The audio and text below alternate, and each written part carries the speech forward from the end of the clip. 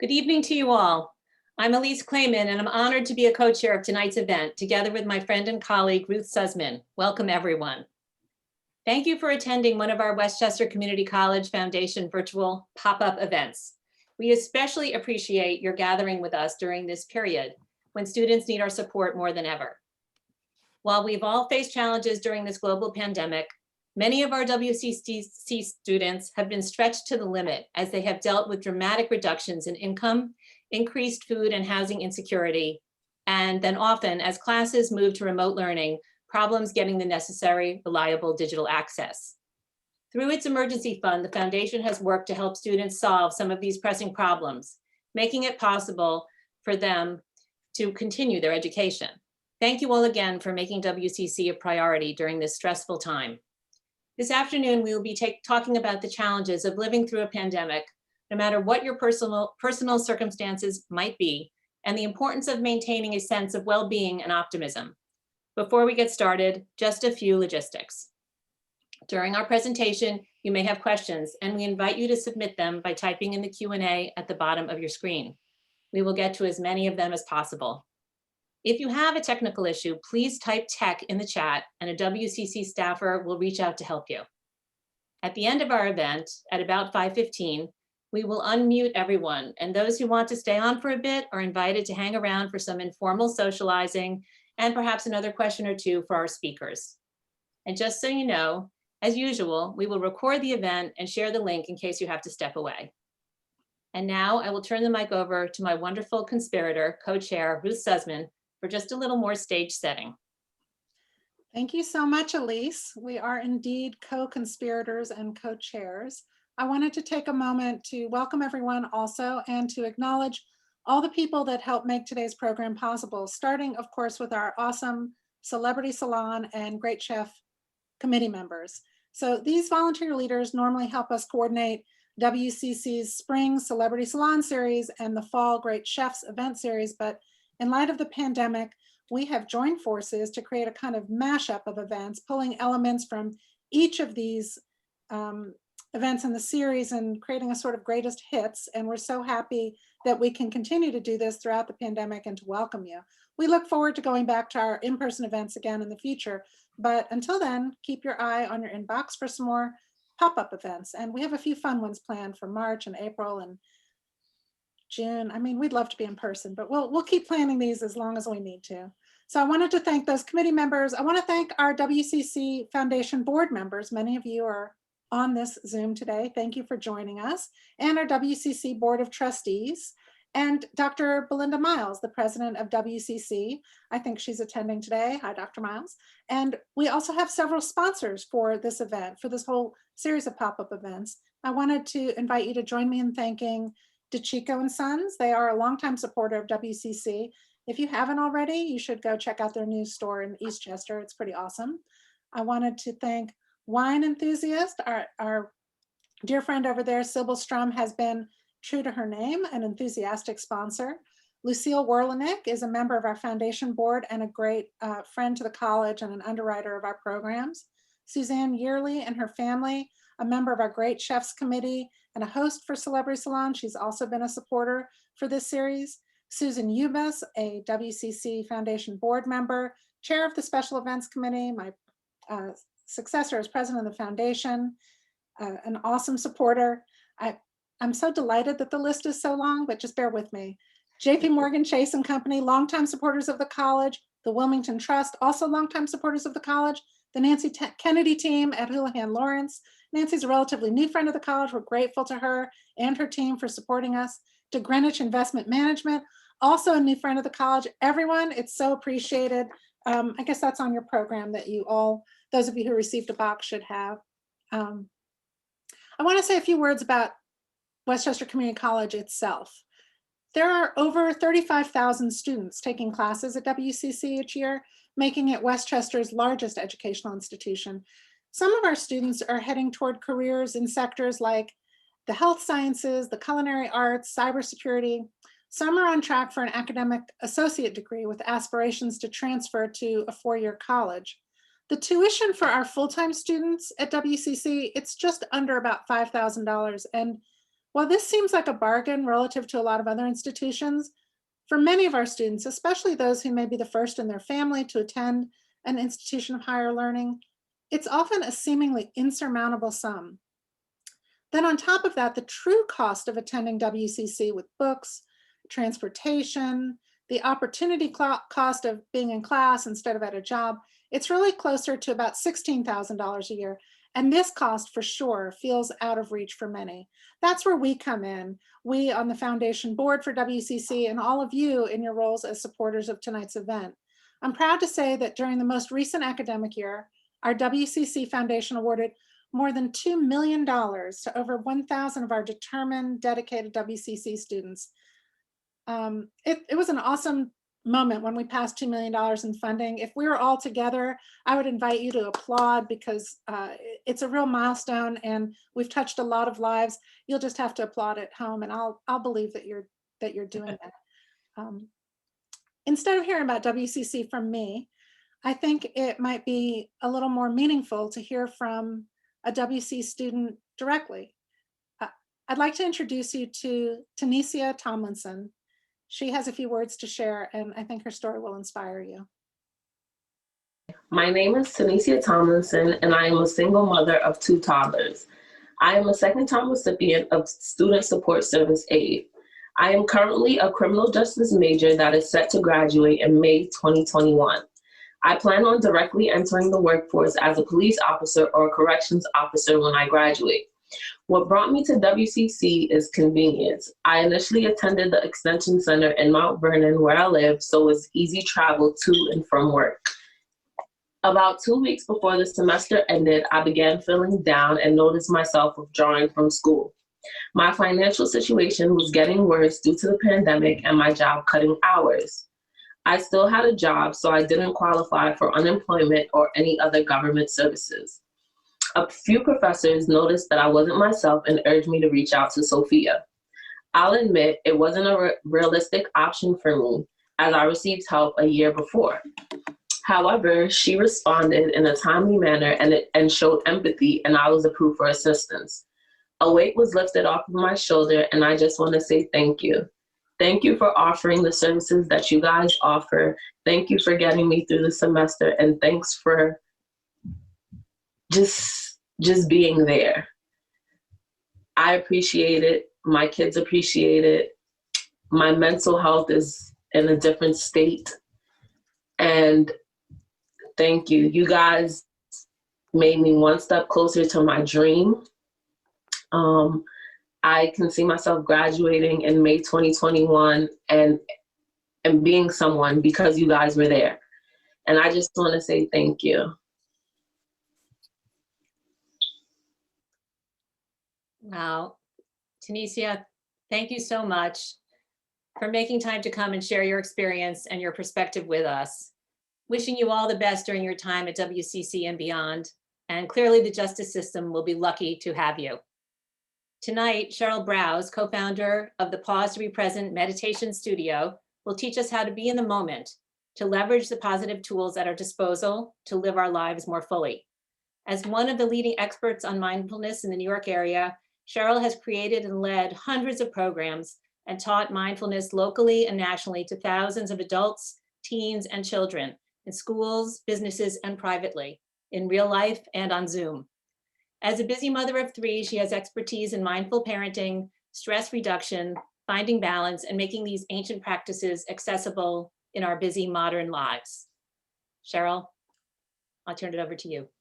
Thanks, Elise. Thanks, Ruth. And thank you all for being here. It's really an honor and a privilege to be part of this program. So, as we all know, these are difficult and stressful times. It seems that COVID has put a magnifying glass on the normal stressors of our lives, and we find ourselves in moments of instability and uncertainty and greater stress than ever before. More things to worry about, like our health and wellness, are sort of always on our minds. So I'm thrilled to be here, and I love the title of this program, Mindful Moments, because I have sort of dedicated my life over the past 10 years to helping people find some tools and strategies to boost their mental health and well-being through mindfulness and meditation. So I'm going to make this a little interactive. I'm going to introduce what mindfulness is. And then before we bring on these amazing authors to speak more about their expertise, I'm going to walk you through a little guided meditation to find some ease and relaxation in your day. So by way of introduction of what we're about to do, I came to this practice in a very circuitous way. I originally was a investment banker, and then went to law school and became a corporate lawyer. I had 3 children. I would say I was probably the least mindful person. I was stressed, I was overwhelmed, I felt exhausted. I felt like I wasn't doing anything with my full attention. I wasn't finding great joy and pleasure in what I was doing, and I was always sort of racing off to the next thing.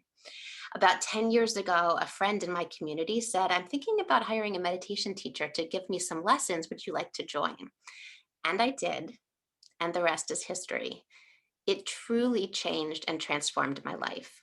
And now, for the past 10 years, I've been dedicated to sharing these tools and strategies and really the incredible benefits of mindfulness with corporations, with schools, with children, with adults. And I'm thrilled to be able to share these few mindful moments with you. So, first, what is mindfulness before we dive into a practice? Just to test out this theory of mindfulness, we all know that we are sitting here together, right? We are sitting here on Zoom, eager and anxious and excited to support this wonderful college and community, to listen to these incredible speakers. And we're all safe and we're all sheltered. I am assume we're all relatively well fed. And the more we take into account what our current situation is in this moment, right, we realize we're okay. We are okay in this moment. And yet we all know that we can be in this moment on Zoom thinking about a million things that we have to do and a million worries we have. And we can be okay, but our minds take over and we feel stressed and anxious and overwhelmed.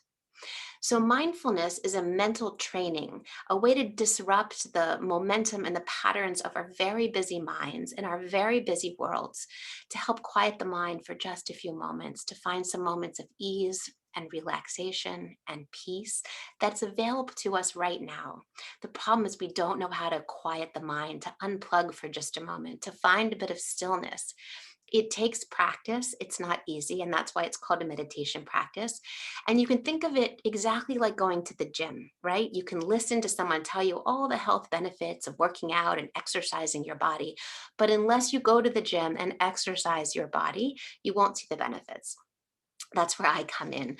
I'm here to teach people how to use these tools to exercise our brains so that we can quiet our minds, so that we can learn to unburden ourselves, even for just a moment, of our stressors, of our worries, so that we can find some ease in our bodies and find some relaxation. It's simple in theory, but it's not easy to do, and it takes practice. I'll give you one more example from my personal life, and then we'll dive into the meditation. About 10 years ago, right when I was starting to learn about meditation, I asked my husband to take my 3 then young children, now they're young adults, just take them out of the home just for a few moments because I needed some peace and quiet. He was kind enough to do so, and he took them away on a Sunday. And I got home and I was in my quiet household. And what happened? I started looking at my to do list and I thought about my emails and I looked at the mess around me and I started to feel stressed and anxious. And I quickly learned that the noise was not coming from outside, but it was coming from in here, from inside myself. And I needed to learn tools to quiet my mind so that I can show up differently, so that I could be more present in my life as it's happening, so that I can let go of the worries and the stressors of things that aren't happening in this moment and find more moments of ease and joy and peace. It's all available to us right now. We just need to learn how to do it. And interestingly, right, the present moment, being right here, right now, is the only place we'll ever be. But how often are you paying attention to just what's happening in this moment? Right? So often we're thinking about the future, worrying, or we're stuck in some unpleasant event in the past, and we miss out on so much of what's happening right now in this moment. So, mindfulness is teaching us how to find these moments of joy, these moments of ease right where we are. We put so much pressure on ourselves. We do a lot of self-judgment and self-criticism, and mindfulness also helps us let go of all of those.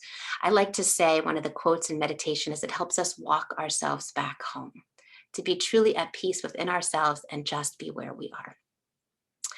Sounds good, right? So how do we do it? So I'm going to take you through a brief guided meditation. And then after that, I'll give you just a few tips on how to do this and integrate it into your own life. So for the next just a few minutes, I invite you just to sit back and relax. This will only be about 3 minutes long. And just see if you can follow the sound of my voice to find a bit of peace and ease right here, right now. If you'd like to close your eyes, you can do that, and you can just listen to the sound of my voice. Good. Take a moment to find a little comfort and ease in the body. You can wiggle or move. And in a world right now, in our world full of uncertainty and stability, see if you can just find, just by feeling the seat beneath you, find a bit of stability in your body. Feel the support of the chair beneath you. Feel the weight of your body as you sit. Then gently scan your body just with your attention and see if there's tightness or tension that you're holding on to in your body. And then take a moment to let that go. Relax the muscles in your face and around your eyes. Loosen your jaw. Relax the muscles in your neck and shoulders. Let your whole body soften a bit and become heavy. Beautiful. And then we're going to take just a few slow, deep breaths. Just place your attention on how it feels to breathe. So breathing in and out through your nose, just take a slow, deep inhale. And a slow, steady exhale. Beautiful. This time as you inhale, just notice the expansion in your body, the openness as you inhale. And as you take a long, slow exhale, let go of any remaining tension or tightness in your body. Letting go. Breathing in again, a bit of calm, a bit of space, a bit of openness. And as you exhale, letting go. Feeling your whole body soften. Feeling your whole body relax. Settling into this moment. Then just let go of control of your breathing. Feel the support of the ground beneath you. Take a moment to take in the stillness and the quiet.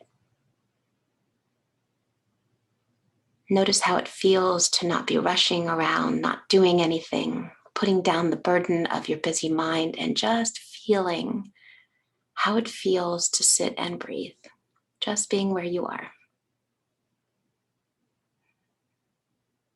Beautiful. Take one more deep breath together in this beautiful group, a nice slow deep inhale. And one last exhale. And then slowly open your eyes. And that's it. You did it. Those slow, steady breaths will deactivate your nervous system, help rest your mind for just a few moments. Think of it like unplugging or shutting down or powering down your computer or device. Really beneficial for your health and your well-being. And the last thing to note before I sign off is that you don't have to just do guided meditation or make time and space to do that. You can make anything you do throughout your day a mindful moment. Take a break from all the Zooms. Take a moment to step away from your devices and take a mindful walk. And instead of thinking or worrying as you do, place your full attention on your surroundings. Notice the sights and sounds and smells around you. That is a meditation. Or enjoy a nice warm cup of tea. Drink your tea slowly. Enjoy its warmth. Be grateful for it. that's a mindful moment. So my advice for you today is take moments to pause, to be still, to breathe, to find deep relaxation. They're available to you every day, in every moment. We just need to remember to pause, to be still, to connect inward, and to find them. So thank you for joining me for that. I'm excited to hear the speakers and to hear more about how we can sustain our health and well-being in these difficult times. So thanks for taking that mindful moment with me. Well, thank you, Cheryl, for walking us through that mindful moment, for helping us walk back home in our minds. I love that image, and we appreciate you helped us find this moment of joy, this moment of ease. And I think I can speak for all of us in saying that self-care and awareness of our own emotional health, these are especially crucial as we contend with all the challenges that have come to us in this pandemic. So thank you for guiding us through that. I'm tempted to ask you to read anything to me at any time, my to-do list, my grocery list. I feel like I would feel better about anything if I could just listen to your voice. And I'm joking, but I'm also quite serious. Like, it's been our great pleasure through the pandemic, through these events, to highlight local businesses like yours, Cheryl, and to see all the amazing things that people are doing with their businesses to reinvent themselves.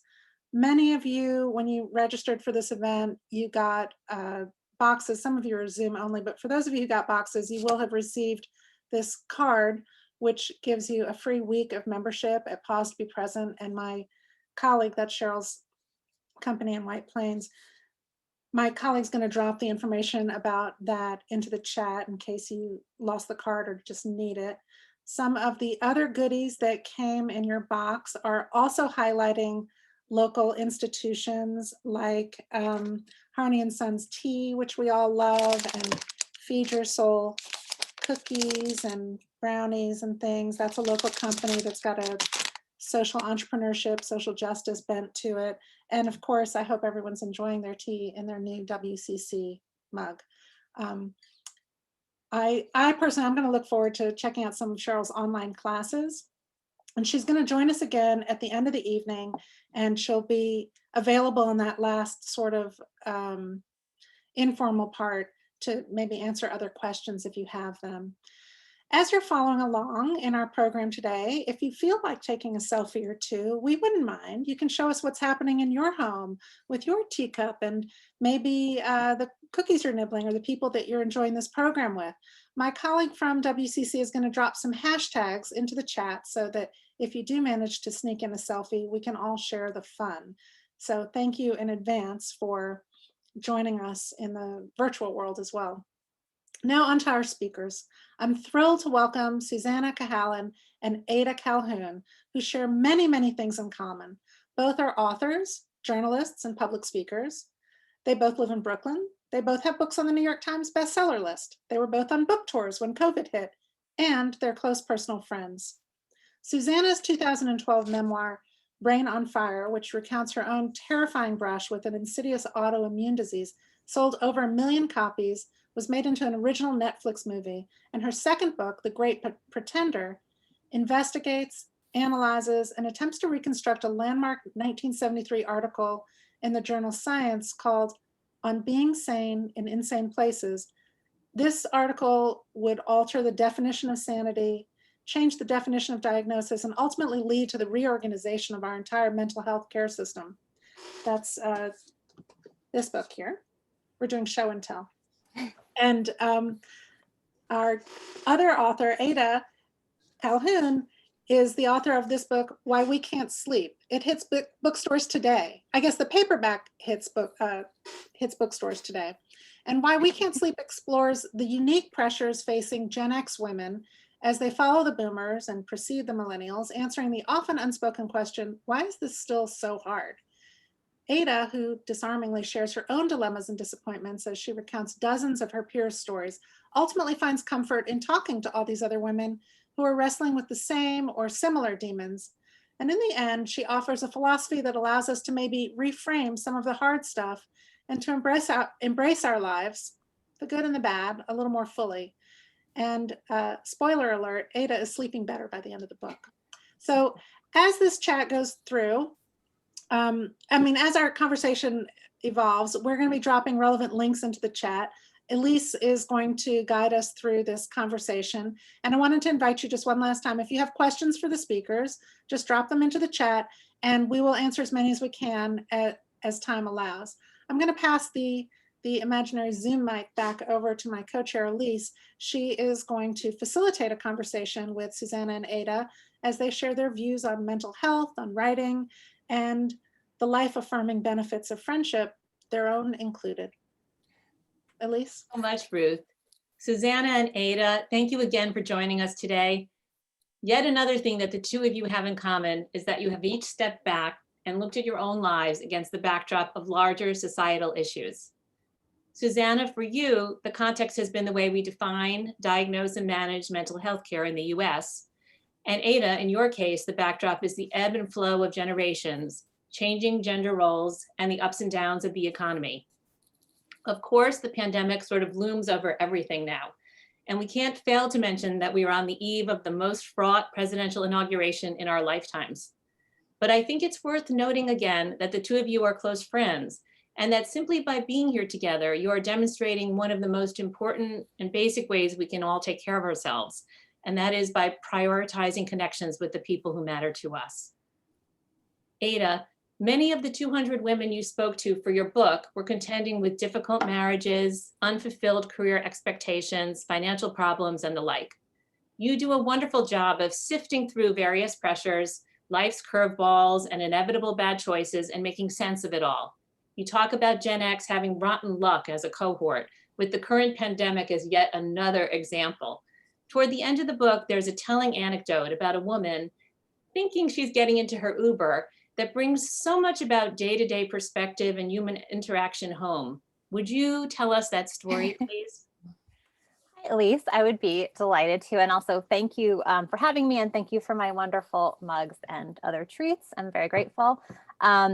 So yes, the Uber story. So this woman was having a terrible day. We've all had many terrible days lately, I think, but she was having one of those where everything was going wrong, and she was shuttling from work to the kids, to the community events, to everything, and she was exhausted.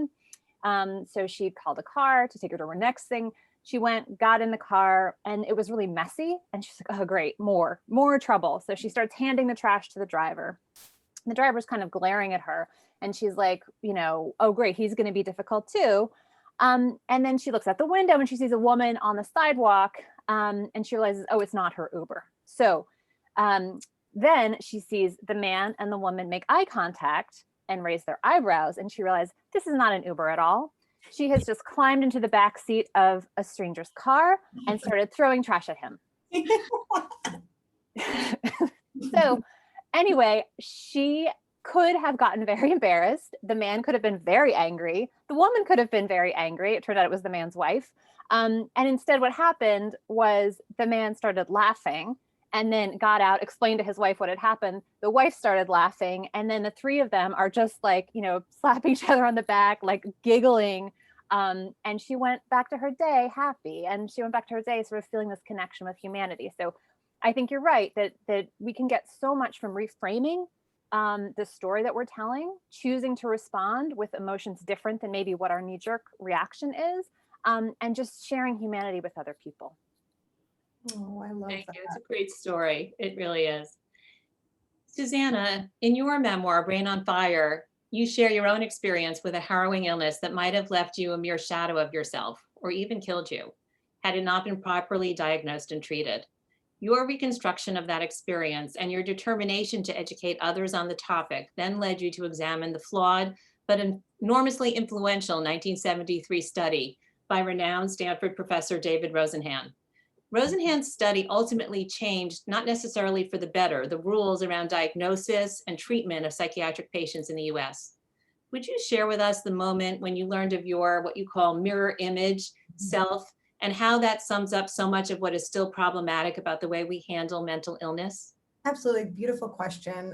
I kind of came up with this idea of writing this next book after having this experience kind of foisted upon me. You know, I got very sick. I had an autoimmune disease that was misdiagnosed at various points as psychiatric conditions, mainly bipolar disorder at one point, and then schizophrenia at other points. And I was lucky enough to be in New York City, you know, have access to some of the best doctors, have health insurance, have the support of my family, both, you know, emotional and kind of their presence and financially. So, you know, I had a lot, you know, privilege there, and I was able to find, you know, the proper diagnosis that saved my life.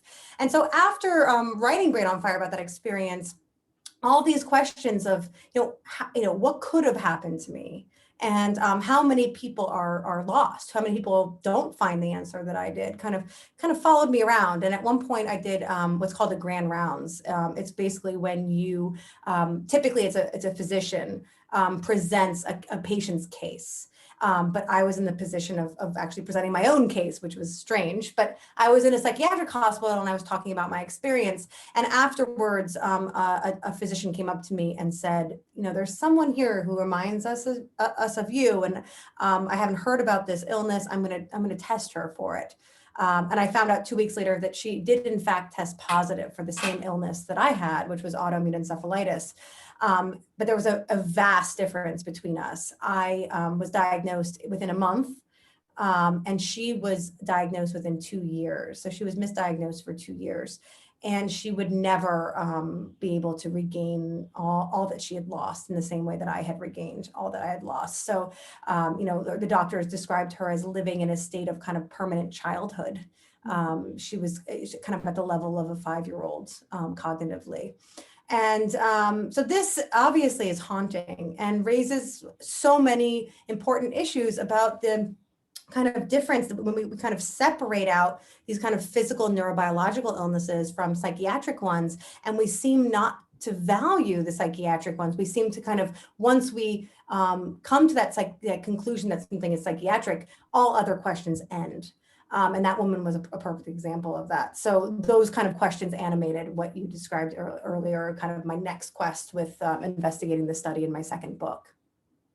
So interesting and so moving. It must be, so sad to have encountered that story. I can only imagine. Yeah, and she was one of many. It was one of those that she was the most evocative. But I still get emails from people, and especially now, people are struggling on not necessarily from autoimmune encephalitis, but Right. they too feel like they're not being served by the medical community, the psychiatric community. Well, that gives me the perfect segue. Thank you, because a recent article in The Atlantic quoted a Columbia University psychiatrist who estimated that a whopping 50% of the country's population is experiencing depressive symptoms right now. And that, in fact, for those of us who are privileged, a good deal of the COVID-19 discourse has focused on questions of mental health. Do you see these concerns as productive for advancing broader understandings of mental illness and of psychiatry's aims? Or are these discussions too narrowly focused on the worried well? Well, I think that they're both important. And I think we've siloed certain things as being more important or less important. But the fact is, you quote the number of 40, I think you said 50% have some kind of mental health condition. I know anxiety is plaguing about 30% of the population. I think it's about 20% of the population who are dealing with some kind of PTSD. You have substance abuse rising. You have all these different aspects of what we call mental unwellness. I wouldn't say necessarily all mental illness rising. And that's situational. I mean, we are in, unfortunately, it's the word everyone uses, but it's unprecedented times. And these are having effects on our psyches. And they're having dramatic effects. Suicidal ideation is that, people who are really seriously contemplating suicide have gone up too. And a lot of this is happening in the so-called worried well. So I think that we need to think more broadly about psychiatric care as something that is foundational, that is just as important as physical care. Mm-hmm. And at the same time, I think we also have lost sight of our most seriously mentally unwell, which are those who typically have serious mental illnesses like schizophrenia. And anyone who's walked around New York City in the past few months have seen a vast increase in the amount of homeless mentally ill people. So what we're seeing right now, unfortunately, is we're dropping the ball in both areas, and the worried well and the very sick. So it's disconcerting, I think. Yeah, it is very. Well, since both of you are memoir writers, to switch gears a little, could we talk about how journaling might work as a useful tool for those of us who are dealing with these tough times, who, you know, maybe don't have anything diagnosably wrong with us, but who are definitely feeling the effects of the pandemic? And how does writing one's own story help restore a sense of control or well-being? And what if you're not a gifted or even a particularly comfortable writer? Is it still a worthwhile exercise? Sure. So I teach memoir classes sometimes, and I do think journaling is really helpful. It always helps me kind of get my ideas out and make sense of them. But what I think helps even more is putting a structure on it. So if you're writing a memoir, you have to figure out where the memoir starts, and you have to figure out where the memoir ends, and what the major scenes are, and who the major characters are, and what is the overall theme of your story. And you have to think of yourself as a character. And are you the heroine of your own story? And if so, like, what makes you so lovable? And there's something about that. And you know, to your question about quality of writing, I don't think it matters. You know, maybe it matters if you're trying to get it published. You might have more or less luck with that, depending on your skill level. However, as a catharsis and as a way to make sense of your own life and what it's about, I think no matter, even if it's every word is spelled wrong, that can still give you some real closure on things that have tormented you. It can give you a sense of pride in things you've achieved, and it can make you see yourself as somebody worth rooting for. Ada, I think what you're saying is so key. I mean, we've talked about this a lot, Yeah. about narrative and applying narrative, and we both have taught narrative. And I taught a mental health narratives class. And there is a kind of a big push to get people to not only just say, if writing isn't your thing, that's fine. It can be photography, it can be sewing. But if you can kind of think about your life in a way that follows some kind of script, as you're saying, and I think it changes as we age. So when we're young, that narrative that we want them to push to kind of focus on, so our children, is going to be a different kind of narrative than we are looking at and that our parents are looking at. So our children might be about trying to find something that shows an example of their perseverance or something that they've managed to achieve, or and then as we get older, that starts to be more about what we've done in the past, what we've overcome in the past, not what we're going to be facing. So it's an interesting how at different stages that framing changes, and kind of how we apply that framing to kind of improve our mental health changes as well. I think it's kind of, it's not about who we are going to become or who we want to be, but kind of who we've been and how we can see that in a way of a kind of hero's journey, I think in some ways. I think we're all, most of us probably who are here are at that stage of looking back a bit and trying to see, like, where is the meaning in my life? And I think that's a big question right now, especially. So do each of you journal pretty much every day? Is that something, is it a habit that you recommend and that you do for your own kind of making sense of your own lives, or mapping out what you're thinking of doing next kind of thing? If I'm trying to figure out something, like if I'm having a fight with my husband, or trying to figure out what my next book is or something like that, I often will write down, all the things I'm dealing with and try it. And I find often that in the course of getting it all out, it starts to make sense.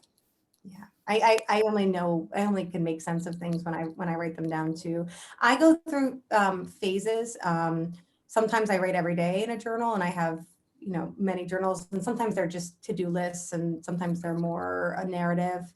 And it seems to go actually with like my better mental health. I typically tend to journal more. So when I stop journaling, I start to notice, okay, maybe I should start that again. And I'm actually I'm in a down stage with not journaling. So maybe this is a good reminder to start journaling again. But yeah, I mean, I think I think my writing in my, if you looked at it, I would be so embarrassed. It's not at all about, like, to your point about, like, does someone have to be a quote unquote good writer? I don't think that that's important at all. And it doesn't even need to be full sentences. Sometimes if I'm tired, it's just a couple, kind of stray notes about the day.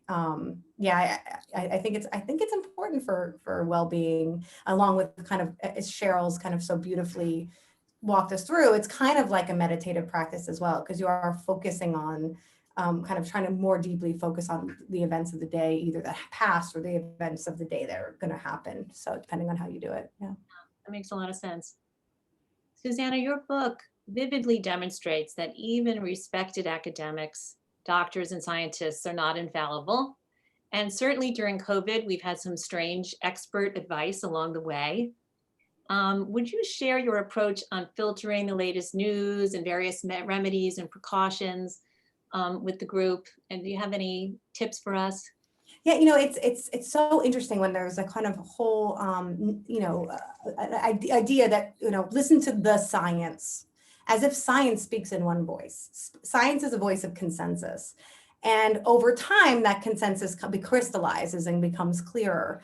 However, I think that as things start to emerge, you can always look at sources. I think sourcing is really important now. I write about one of the kind of top papers in this country, which is Science getting something very, very wrong. And that's kind of destabilizing. But even in, what's going on with the pandemic now, consensus has started. It started almost immediately about certain things like mask wearing.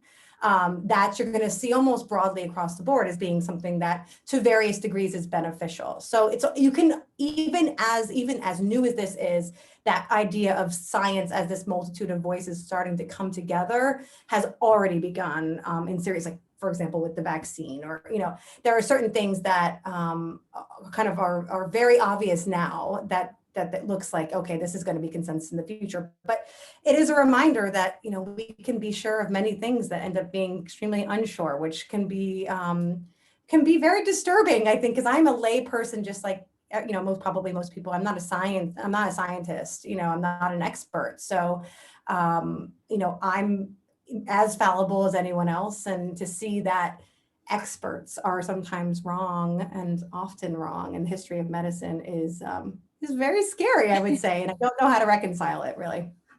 Yeah, it's true.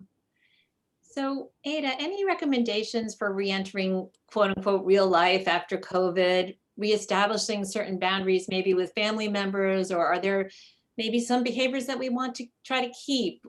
Is fear of missing out going to be muted or heightened? I kind of do like staying home a bit more, to be honest, but I wonder if my resolve will melt and I'll feel compelled to make up for this lost time. Do you have a sense of how things will go and what might be healthiest from an emotional standpoint for people? One thing that a lot of the women I interviewed told me was that they wanted more flexibility and they wanted to be home more. And they didn't mean like this, I don't think. But in a way, it's given businesses an opportunity to see if it's possible to have everybody on flex time and working from home and figuring out different arrangements. And I do think that could be a really positive thing to carry forward, especially for women who are trying to, balance kids and or caregiving roles for parents. I am hoping that we will enter some kind of roaring 20s decade where there are a lot of parties and adventuring and travel and fun. And that's what I'm looking forward to. And I would say that, I agree with Susanna. Cheryl so beautifully, said that we need to find these moments of joy. And I do think that a lot of the women that I spoke with for the book, they had lost a sense of fun. Like a lot of them would say to me, I don't remember the last time I had fun or felt actual pure joy or pleasure. So I think looking for that, and it's hard right now. I'm hoping it will be easier in the debauched roaring 20s. I'm with you, Elise, though. I like staying in a little. Like I have like this dual side. Like part of me craves connection, and I miss seeing Ada, obviously in person. But and we have a community of writers, of female writers that get together, and it's really a joy in my life. But I do have another side of me that is very attracted to like not going out and watching a lot of Bravo reality TV like Housewives, and you know, so it's like two sides of me are like one side's very comfortable in this space of being in a lot, and then I also have 2-year-old twins, which maybe I'm just exhausted all the time. So That'll that's do maybe part of it. Do you want to tell us a little bit more about the friendship that you two have? And I know that Ada mentions this group that you just referenced in her book even. She talks about you all getting together, I think it's monthly at a certain bar.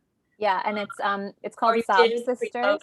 Yes, we did. And we tried to do it online for the first couple months last spring. And we're like, it's not as fun because we can't really gossip as freely. And we realized that a big part of Sob Sisters, which is the journalist bar night, where we have readings and conversation and shop talk, a big part of it was being able to be like, you know, oh, have you heard about this agent? And just, you know, gossip, gossip, gossip. It was very productive. We learned a lot. It helped a lot of people in their struggles as writers, especially us. And yeah, I miss it a lot. Yeah, me too. I mean, with female nonfiction writers, there, you know, surprisingly, even though I would assume that I think there are probably more female writers than male, maybe overall, but I think that there are less female, significantly less female writers than male nonfiction writers. And before I met Ada, I had only a few friends who really even had any kind of relationship with the publishing world. And when I was out with my first book, I knew no one and I didn't know anything. And to have a crew of people who are in a similar boat, you know, are asking similar questions. And writing is very lonely. You know, we don't go to an office, even in the best of times.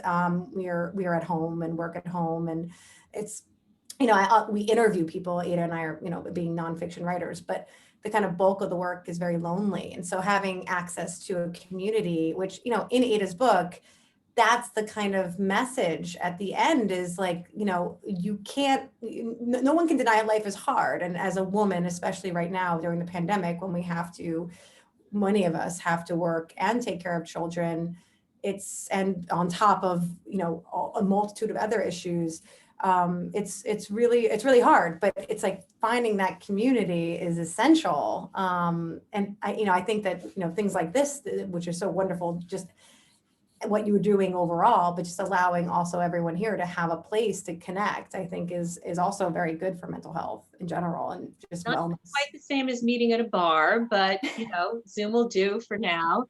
Yes. Actually, you made me think of something that I heard recently on the radio. Brian Lehrer was doing a show called A Hard Year for Dry January. And he reported alcohol consumption was way up since the pandemic and that women's drinking had spiked even more than men's. And I was wondering what you two make of this statistic, and also what do you think about New Year's resolutions and that sort of goal setting as a way of changing one's life? It's funny. I saw that too. And actually I thought, so my book is called Why We Can't Sleep. It is not a sleep guide. Some people on Goodreads are disappointed. 1 star. It is about all the different reasons why we have anxiety and why we struggle. And it could be called Why We Drink. It could be just as easily as Why We Can't Sleep, because I think it's about just all these forces at work, especially on women at this time of their life. And so yes, I was not surprised to hear Dry January was not going so well this year for a lot of people. And as far as setting resolutions, I'm all for it when it helps people. What I do hear a lot from women when I interview them is that it's more pressure, that trying to figure out like, what is the one diet or the one app or the one, you know, closet clean out or whatever it is. What is the one thing that's going to suddenly like fix it all? Mm-hmm. I think once again, it puts the onus on the individual woman alone in her house to solve it. And what I argue in the book is that there are a million reasons why life is hard at this stage, and and almost never is it that the woman's not working hard enough. Yes.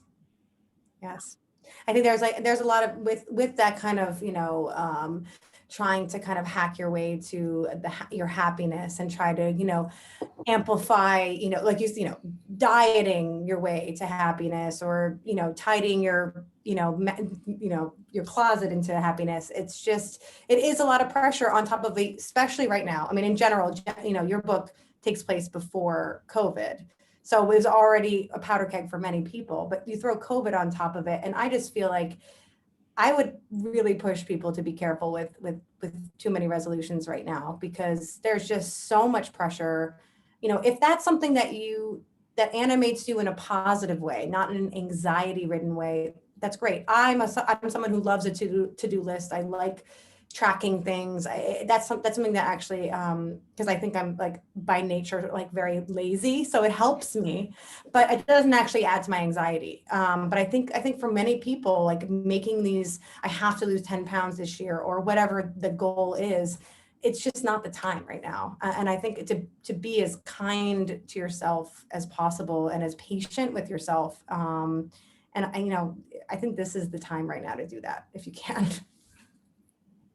That actually makes me want to ask Ada about something she talks about in her book quite a bit, which is the perils of aging and the invisibility of women over 50 or even over 40 in our society sometimes.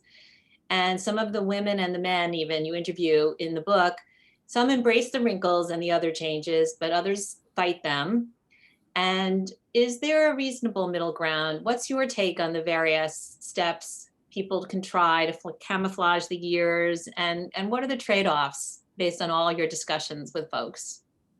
It's funny, there's one story I didn't put in the book, but where I was working at this workspace that I was renting, and there was this guy who like was just taking over the whole space. He was like talking really loudly on the phone and just like walking up and down and just being like really irritating. And I'm just like, I like made this face at him, like, because I was, typing. I was like, I frowned, I made this crazy face, and he was like, whoa, and like ran away.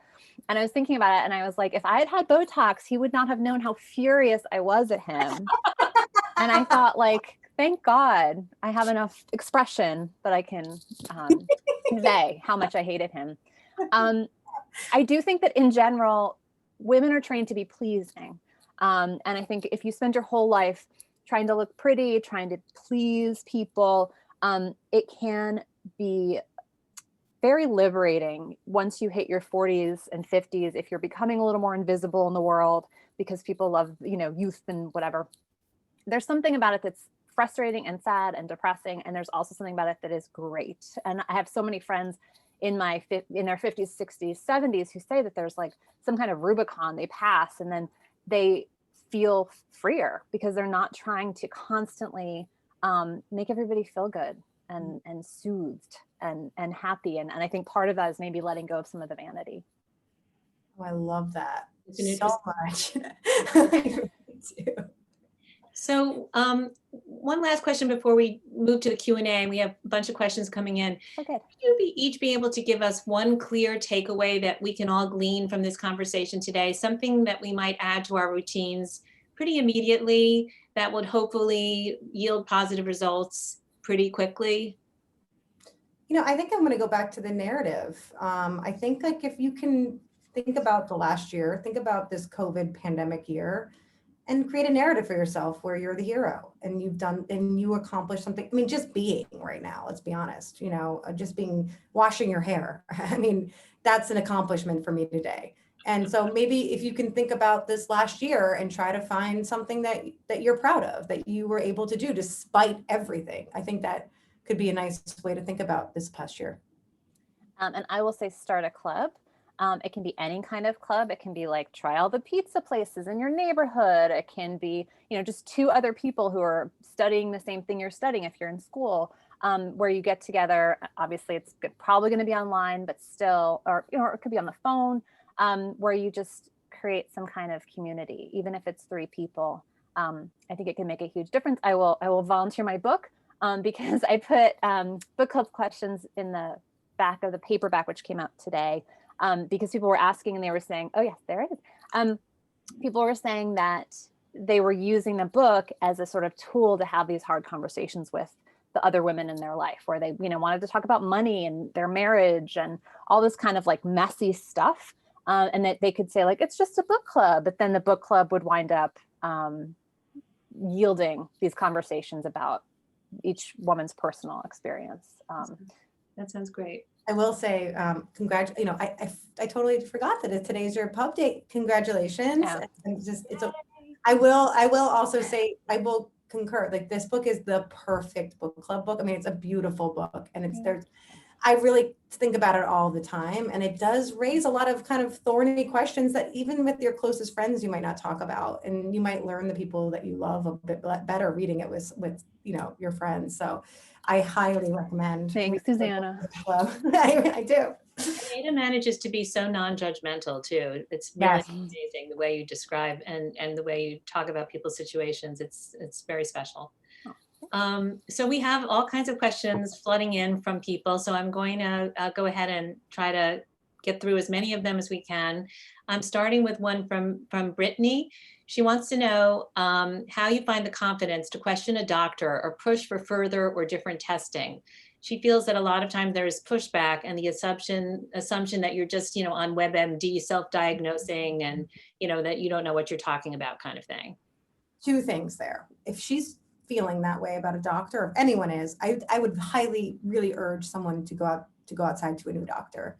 And typically outside of their system. Sometimes it's smart to leave the actual system. If you've had a difficult experience with a doctor, it's sometimes smart to go outside of that network. But if a doctor is making you feel that way, that's them, not you. And there are plenty of doctors out there who can help you. So I would urge for a second opinion. I also urge, unfortunately, this is true. And there's been kind of a lot of literature on this, and I can recommend some books if you're interested. But women are not taken as seriously as men are, and especially when things are regarding pain. So bring your husband if you have one, bring a friend, a male or female friend, but bring someone with you who can kind of legitimize some of your assertions, or who can be there just as a witness. And I think that if you can have the reason why I'm here is because the advocates in my corner, I was not present. I had zero confidence. I was telling everyone that I had a multiple personality disorder when I was sick. So I was not an advocate for myself. So if you can find someone who can be that person for you, I think it's really important. Also, when we're in a combative experience with a physician, or even just a checkup with a physician, it's a highly emotional time. Health is fraught, especially now. And when we're in a highly emotional state, our memories are messed with. So if you have someone out there who can counterbalance that, I think it's important. Great advice. So we have a question from Lisa. She wants to know, she says, this may sound crazy, but regarding aging, do you see a rise in anxiety about this since the onset of Zoom? I can't believe, she says, how much more aware I am of my flaws now that I have to look at myself on Zoom all the time. Not crazy.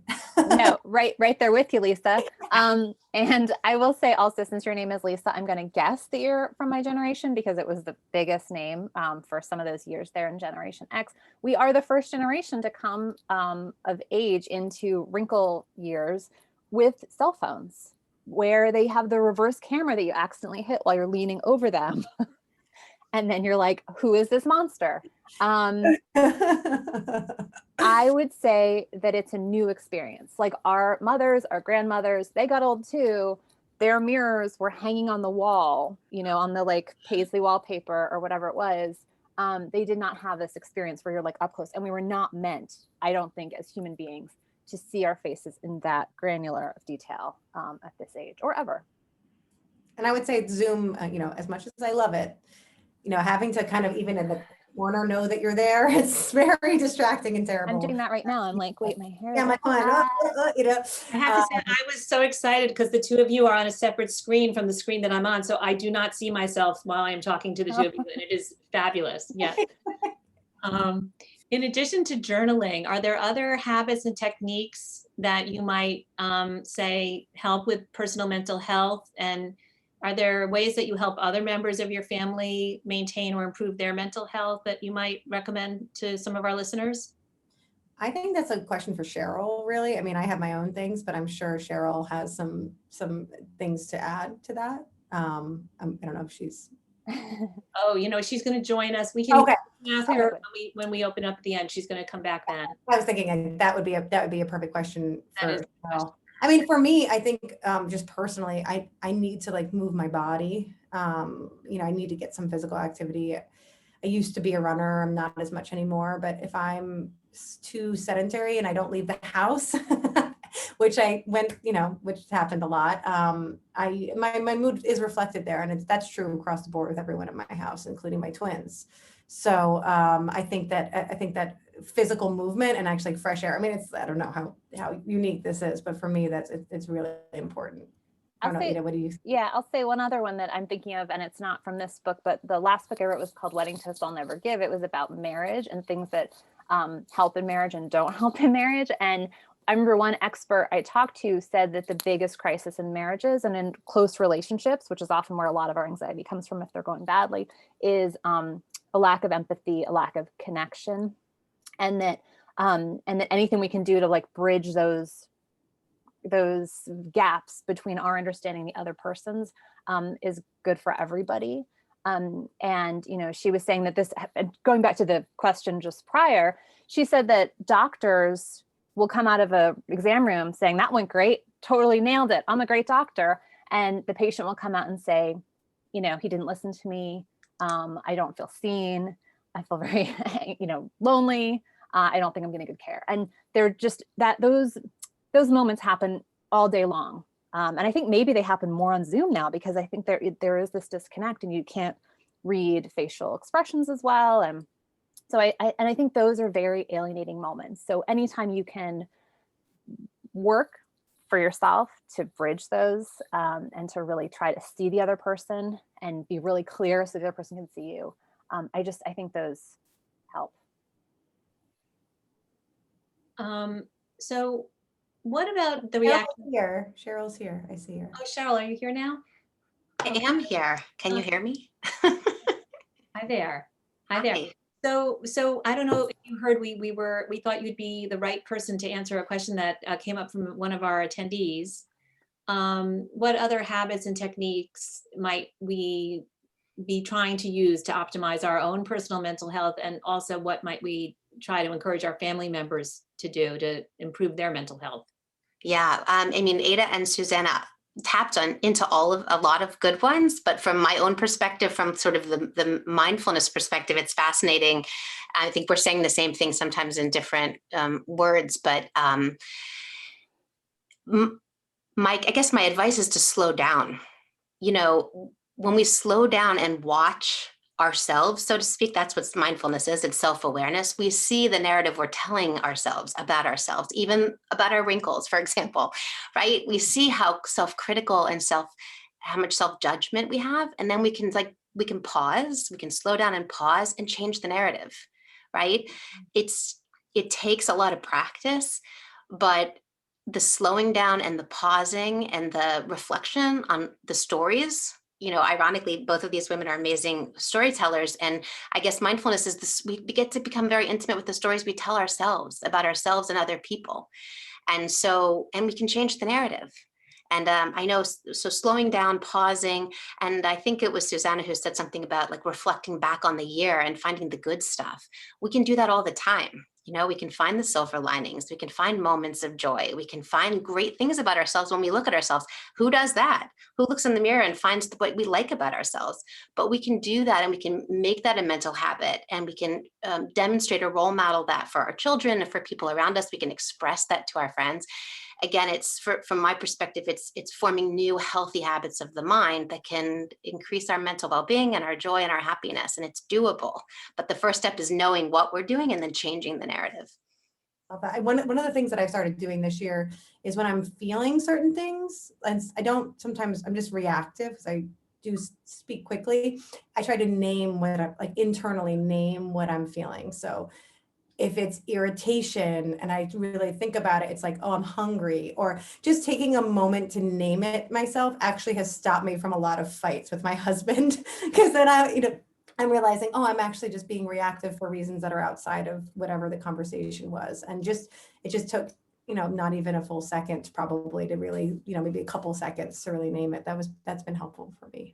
I'm not sure if it's an AA thing or what it is, but I've had people quote to me the HALT thing, where it's like you say stop and then it's hungry, angry, lonely, tired, and you're trying to figure out which sometimes it's more than one, but then you tackle that and then usually things get better. I love that. That's great. So we have a question from another Lisa. She wants to know how, what advice would you give for dealing with when you lose the thing that centers you most? So for example, in her case, she isn't able to run anymore because of a back injury. So how do you manage in the wake of that kind of loss? How do you go about substituting something or finding a way to fill that hole? I wonder if like the running was a flow state, it was like a kind of moment of, I get that flow state from writing. I recognize it in other things. So I don't think that I think you can achieve that state, not just with running. And I think like other kinds of physical activity can get you there too, and things that are not physical. I don't know, Cheryl, I'm sure you have thoughts about that. Yeah, I've worked with a bunch of clients who had, physical pain or issues like that prevent them from doing things that they love. And again, there's a process of acceptance, which includes anger and loss and grief. If it's an important part of ourselves that mindfulness is all about opening to all of that. Like there's no feelings that are unwanted. We just have to recognize like this sucks. And once we do that, we say, yes, but what else can I find in my life that brings me that joy? Like Susanna was saying, there are lots of other things, but we can't bypass that sense of loss and grief because it kind of bubbles up in you. And it's sort of this thing that's there. To Susanna's point, that there's actually a meditation practice called noting, mental noting. It's like a 2,000-year-old practice. But to the same point, it's like knowing I'm angry. This is a loss. And it sucks, and I'm going to be okay, and let me redirect my energy to find something that brings me joy. But it's like really recognizing all of that and accepting it, and then moving forward. That's part of life, and being human is loss and change, and we can move through it. So kind of going through those processes is really important. Makes so much sense. I guess this is more for Susanna and Ada, because one of the attendees wants to know about any reactions you may have received from your readers. Do you hear from your readers about the books and how they're affecting them?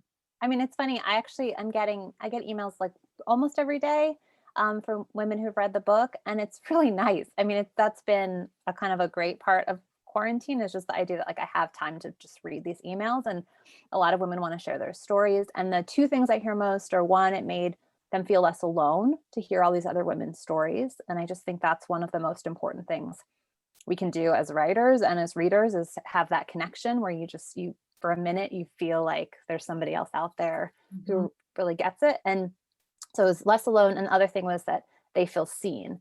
And I think that women, especially middle age, tend to be dismissed, especially if they're middle class. And so, and should be fine, should feel lucky, is what they would say to me. And I think as we're aging, and then this generation also, I argue in the book, born from the 60s, mid 60s to early 80s, like has been culturally just pushed aside a lot. So the book is an attempt to really call attention to this group of people. And so women have told me that they feel seen kind of for the first time, because it's like a lot of cultural references and a lot of touchstones that we all went through together and maybe haven't thought about a lot. I remember the one woman in the book who started crying when you just asked her for her input, and you were taken aback. You thought you had insulted her in some way. And she just said, no, it's just nobody ever asks me what I think about anything. Yeah. And I think to Cheryl's point too, is a lot of the women I interviewed hadn't really stopped moving in maybe several years, especially if they had families and they were doing caregiving for aging parents and little kids while working full time, while trying to maintain relationships and being told to lean in and cleaning the house. And it's just like doing all this stuff, and like just taking the moment to say, how do you feel about it? Like what's going on? It can be really cathartic. A lot of people cried when I interviewed them. And I think it's just because it's pent up. Definitely. So another viewer notes that many of us are, effectively locked down with other members of our families, mostly hopefully people that we love, but under normal circumstances, they would not be spending all their time together this way. So any ideas about sort of influencing the atmosphere in the home in general, and mindfulness and self-care with small children versus teenagers versus aging parents? Are there things that they really have to do for themselves that you can prompt or encourage you know, how best to try within this kind of very enclosed, prolonged togetherness environment. Any thoughts on how we can try to instigate some positive behavior? Well, I think boundaries still apply even when you're in close proximity, and I think that sometimes we can, our physical boundaries are intruded upon right now, but we can still have some kind of emotional boundaries and other kind of physical boundaries. And like, for myself, when you have two young kids, it's like there's no self really when you're around the kids, because they're all, they just want to. So I heard someone say, like, my kids are addicted to me. Like, that's how you feel. Like, you're like, I'm not that great. Like, really? But especially when they were young, like, I had boundaries around my showering. Like, when I showered, that was my time. And they were not allowed into the bathroom for like a nice amount of time. Like, I got those moments for myself. And I think, Ada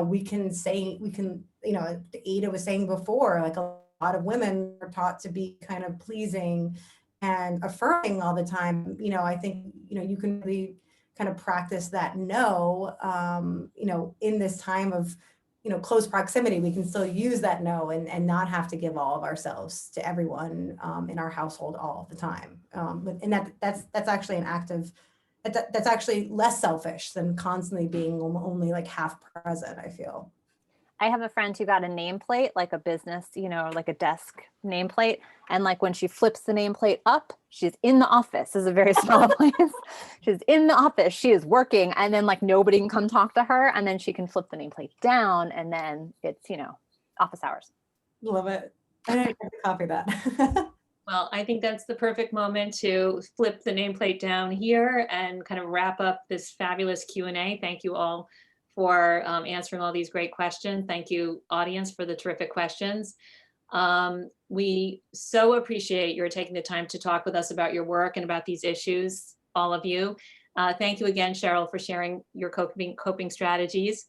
And for those of you who might be seeking further resources around mental health, we put some links in the chat, so please take a look at them.